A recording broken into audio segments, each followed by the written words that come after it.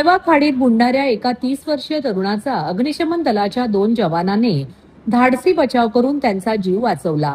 याबाबत अग्निशमन अधिकारी संदीप कदम आणि वाहन चालक गणेश गवारी यांचे धाडसी कामगिरी केल्याबद्दल महापौर शर्मिला पिंपळकर व महापालिका आयुक्त सौरभ राव यांनी त्यांचं कौतुक केलं आहे। आज सकाळी 11:30 वाजताच्या सुमारास साकेत रोड परिसरातील खाडीत नौशाद मेहरूम वय 30 हे पाण्याचा अंदाज न आल्याने बुडू लागले असल्याच्या घटनेची माहिती मिळताच ठाणे नगर पोलीस, आपत्ती व्यवस्थापन कक्षाचे कर्मचारी, अग्निशमन दलाचे अधिकारी व जवान तसेच वाहतूक पोलीस घटनास्थळी दाखल झाले।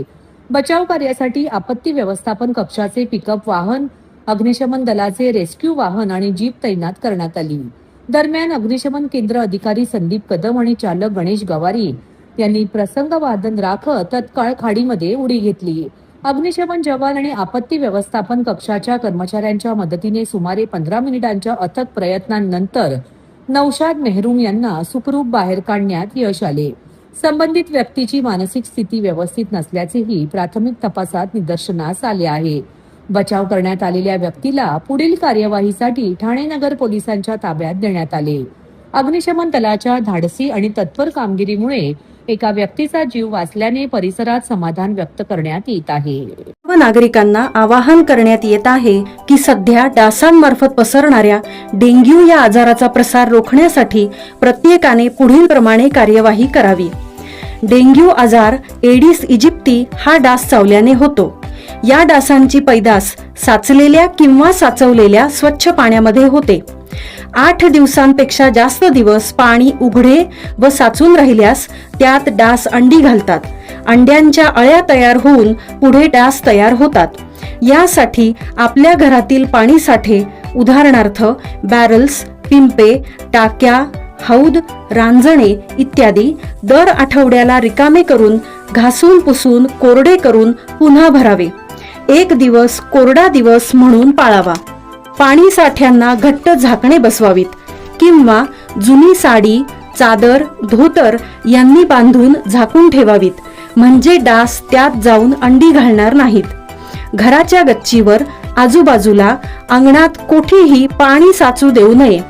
भंगार सामान उघड्यावर टाकू नये, उदाहरणार्थ टायर्स, प्लास्टिक सामान, कुंड्या, टाकाऊ वस्तू इत्यादी। अशा सामानात पावसाचे पाणी साठून त्यात डेंग्यूच्या डासांची पैदास होते।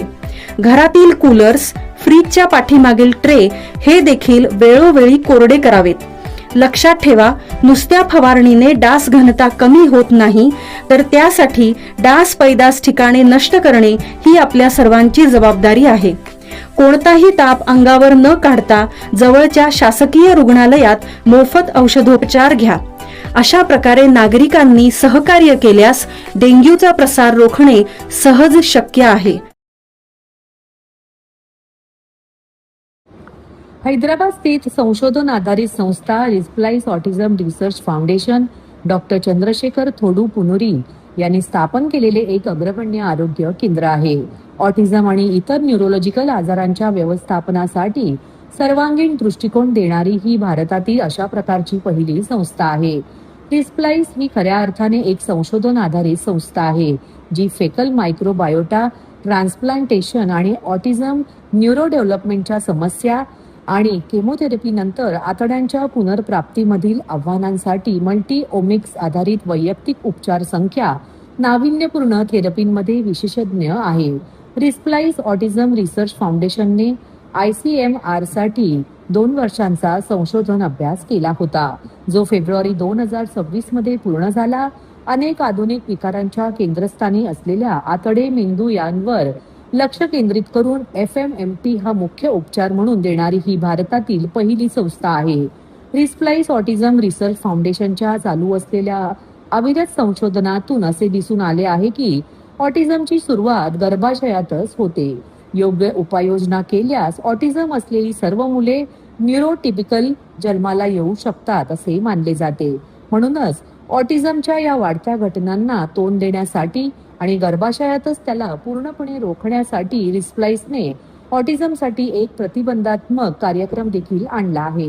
रिस्प्लाइस ऑटिझम रिसर्च फाउंडेशन तर्फे ऑटिझम रुग्णांसाठी मोफत आतड्यांच्या आरोग्यांची तपासणी आणि मायक्रोबायोम चाचणी शिबिराचे आयोजन 28 जून रोजी दादोजी कोंडेम स्टेडियम येथे करण्यात आले आहे.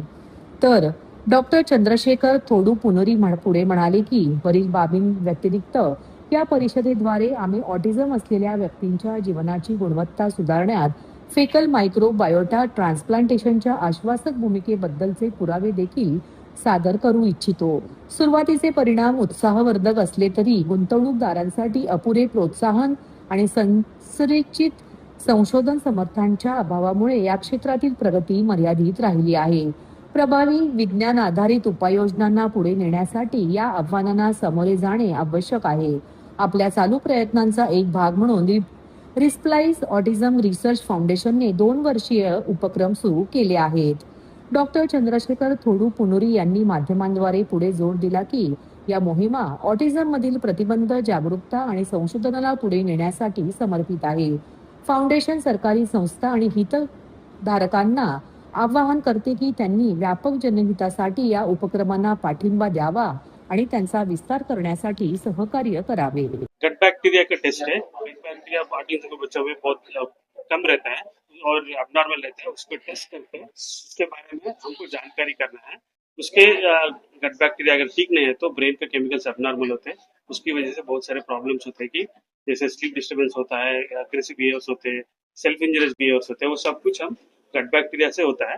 जो गट बैक्टीरिया रिप्लेसमेंट के बाद वो सारे चीज कम होता है। जनरली ये सारे प्रॉब्लम्स सारे फैमिलीज जो सफर कर रहे हैं, जो भी पीड़ित है, वो सारे फैमिलीज में प्रॉब्लम है। तो ये गट बैक्टीरिया रिप्लेसमेंट से उनको सेल्फ इंजरियस बिहेवियर्स और एग्रेसिव बिहेवियर्स कम होने के चांसेस है। लेकिन बस बच्चे हैं, उनके पेरेंट्स को आप क्या अपील करोगे? हाँ, तो जो भी ऑटिज्म ग्रस्त बच्चे हैं उनको क्या है ना, उनका गट हेल्थ असेसमेंट करना चाहिए, उनका गट टेस्ट करना चाहिए। और गट माइक्रोबायोम अगर अबनॉर्मल है और गट इश्यूज है, एलर्जीज है और स्लीप डिप्रिवेशन है, अग्रेसिव बिहेवियर है, सेल्फ इंजरियस बिहेवियर है, वो लोग माइक्रोबायोम ट्रांसप्लांट या फीकल माइक्रोबायोम ट्रांसप्लांट जो है उसके बारे में एक्सप्लोर कर सकते हैं। अभी ऑटिज्म रिसर्च में जो एक सिग्निफिकेंट ट्रीटमेंट जो है ये फीकल माइक्रोबायोम सब्सटेंशियल रिजल्ट अभी रिसर्च में जा रहा है, रिसर्च में दे रहा है, वो एक्सप्लोर कर सकते हैं कंपैशनेट केयर में। नहीं तो घर पे भी डू इट योरसेल्फ एफएमडीज कर सकते हैं, जो मेडिकल सुपरविजन में कर सकते हैं। और ये जो फर्स्ट बच्चा अगर ऑटिस्टिक है, सेकंड बच्चे में अगर सेकंड बच्चे के लिए जा रहे हैं, बहुत सारे अगर उनके मदर को अगर डिटॉक्स करके उनका माइक्रोबायोम के ऊपर काम करेंगे तो सेकंड बच्चे में ऑटिज्म को हम प्रिवेंट कर सकते हैं। ऐसी चीज उनको फैमिलीज को हेल्प कर सकते हैं।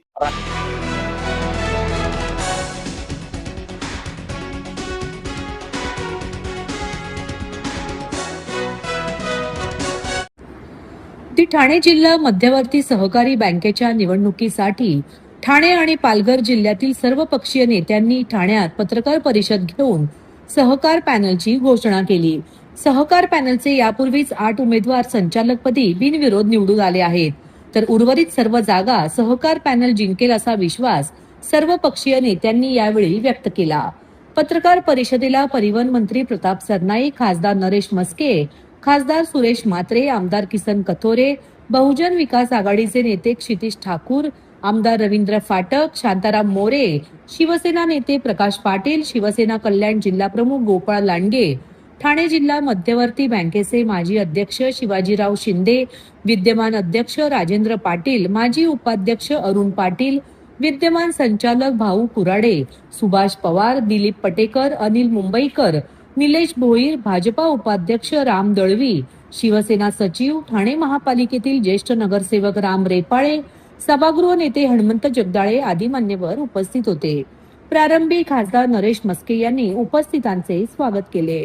खासदार नरेश मस्के म्हणाले की ठाणे जिल्हा मध्यवर्ती सहकारी बँकेच्या निवडणुकीत कधीही पक्षीय राजकारण आम्ही केले नाही. दिघे साहेबांपासून ते एकनाथ शिंदे साहेबांपर्यंत कधीही शिवसेना पक्ष म्हणून यात उतरला नाही. विविध पक्षांशी चर्चा करून कुठेही पक्षीय राजकारण न करता शक्यतो बिनविरोध निवडणूक कशी होईल याकडे आमचा कल होता. मात्र चर्चा चालू असताना काहींनी पॅनल जाहीर केले. मग आम्ही सहकार ही डोळ्यासमोर ठेवत सहकार पॅनल खाली निवडणूक लढवत आहोत, असे खासदार नरेश मस्के म्हणाले. सहकार पॅनलच्या माध्यमातून आम्ही सर्व पक्षीय मंडळी ठाणे जिल्हा मध्यवर्ती सहकारी बँकेची ही निवडणूक एका विचाराने लढवत आहोत. ठाणे जिल्हा मध्यवर्ती सहकारी बँकेचे खूप मोठे योगदान ग्रामीण आणि शहराच्या विकासात आहे. एक चांगला संदेश सर्वसामान्य जनतेत आणण्यासाठी किंवा जाण्यासाठी आम्ही सर्वपक्षीय सहकार पॅनल उभे करत असल्याचे खासदार सुरेश म्हात्रे म्हणाले. विद्यमान संचालक मंडळाने उत्तमरित्या बँक चालवली आहे. महाराष्ट्रामध्ये 1 नंबर तर भारतामध्ये 2 नंबरची आपली बँक आहे. विरोधी पक्षाने देखील कबूल केले आहे की विद्यमान संचालक मंडळाने चांगले काम केले आहे. 17 जून रोजी माघार घ्यायचा दिवस आहे. विरोधकांनी आपला उमेदवारी मागे घेऊन चांगल्या कामासाठी हातभार लावावा असे आवाहन क्षितिज ठाकूर यांनी केले. गेल्या 25 वर्षापासून जिल्हा बँकेच्या निवडणुकीमध्ये माझा सहभाग आहे. आजपर्यंत कधीही बँकेमध्ये राजकारण कुठल्याच पक्षाने आणले नव्हते. अचानकच काय झाले कळलं नाही. त्याच्या अगोदर एक पॅनल जाहीर झाले. आम्हाला सगळ्यांना आश्चर्य वाटलं. त्याच्यामुळे आम्ही सहकार पॅनलच्या माध्यमातून एकत्र आल्याचे आमदार किसन कथोरे म्हणाले. गेल्या 25 वर्षापासून या बँकेशी मी संलग्न आहे. 25 वर्षामध्ये कुठल्याही राजकीय पक्षांनी अशा प्रकारचा हस्तक्षेप नाही केला. पहिल्यांदा अशा प्रकारच्या निवडणुकीला सामोरं जायची वेळ येते दुसऱ्या पॅनलच्या माध्यमातून. त्यामुळे सहकार पॅनल मध्ये आम्ही सगळेजण एकत्र आलेलो आहोत आणि या पॅनलला खरं म्हणजे आम्हाला पहिल्यापासून जी साथ दिली ती हितेंद्र ठाकूर साहेबांनी आम्हाला साथ दिली. त्यांच्या बरोबर अगोदर बऱ्याच जणांनी चर्चा केली. आम्ही सुद्धा सगळ्यांच्या बरोबर केली. शिंदे साहेबांच्या बरोबर चर्चा केली. सगळ्यांच्या बरोबर चर्चा करून हा सहकार पॅनल आम्ही एकत्रितपणे लढण्याचा निर्णय घेतला आणि आज तुमच्या समोर उमेदवारांची नावं घोषित केलेली आहेत. ही खरं म्हणजे अगोदर जे परिवर्तन पॅनल तयार झालं त्यांनी जर अशा पद्धतीने एकत्र आणलं असतं ना तर ही बिनविरोध निवडणूक झाली असती. याचा काही प्रतिकार दादा ही निवडणूक आता बिनविरोध होऊ शकते का त्याचा प्रयत्न करणार. एक आम्ही आज सगळ्यांनीच आमच्या सगळ्या नेत्यांनी जाहीर केलंय की जर परिवर्तन पॅनल मधल्या उमेदवारांनी किंवा त्यांच्या जे पुढे असतील त्यांनी सांगितलं तर आम्ही त्याला निश्चितपणे सहकार्य करू. पहिल्या बघत असताना आपण चर्चा करणार कारण शेवटी ह्या गोष्टीमध्ये निवडणूक होणार नाही. परिवर्तन पॅनल हे त्यांनी अगोदर घोषित केलं. त्यांच्या नंतर आम्ही पॅनल घोषित केलं. त्यामुळे त्यांनी घाई केली. ती घाई केली नसती तर बिनविरोध झाली असती. चर्चा करा त्यामुळे निश्चितपणे चर्चा केली असते. ही निवडणूक जी एकीकडे जिल्हा बँकेच्या सूत्र ते कपिल पाटील विरुद्ध किसन चतुर अशी झालेली. तुमचं एक वेगळं पॅनल तुमचं एक वेगळं वर्चस्व तुम्ही माझं आज नाही की पहिल्यापासून ही सगळी मंडळी माझ्या नाही मी निवडणूक आज की जरी पाटीलांनी चतुर्वेळी झालं बिलकुल असं काही नाही. भाजप निवडणूक प्रदेशाध्यक्ष म्हणजे एक सांगतो तुम्हाला सहकारमध्ये कुठेही पक्ष सहकारमध्ये कुठेही पक्षीय लेवलला निवडणूक लढली जात नाही. साखर कारखाने असतील विविध सुधारणे असतील किंवा जे महाराष्ट्रातल्या कृषी उत्पन्न बाजार समित्या असतील मेहता असतील पॅनलच्या माध्यमातून निशाणी घेतली जाते आणि त्या निशाणीवर पक्षाची कुठेही निशाणी नसते आणि त्यामुळं हा जो पॅनल आहे हा आम्ही आमच्या स्वतंत्र पॅनल तयार केलाय आणि ती पण सगळ्या पक्षाची एकत्रपणे बसून आम्ही 17 तारखेपर्यंत फॉर्म मागवण्याची मुदत आहे. एवढी वर्षापासून हे लोक चांगल्या काम करतात आणि महाराष्ट्रामध्ये 1 नंबरची बँकचा पुरस्कार ठाणे जिल्हा मध्यवर्ती बँकेला मिळाले. समोरच्या पॅनलनी पण त्यांच्या प्रेस कॉन्फरन्स मध्ये हे उल्लेख केला की त्या लोकांनी चांगलं काम केलं. समोरचे लोक पण उल्लेख करत असतील त्यांच्या प्रेस कॉन्फरन्स मध्ये चांगलं काम केलेलं आहे. म्हणून आम्ही आवाहन केलं की जर माघार कोण घेणार असेल तर बिनविरोध बाकीचे पण येत असतील. चांगल्या कामामध्ये त्यांचा सहभाग झालाच पाहिजे. जेव्हा तुम्ही बोलता की चांगलं काम या लोकांनी केलेलं आहे बिनविरोध करा आणि चांगल्या कामासाठी मदत करा, आशीर्वाद द्या त्यांना.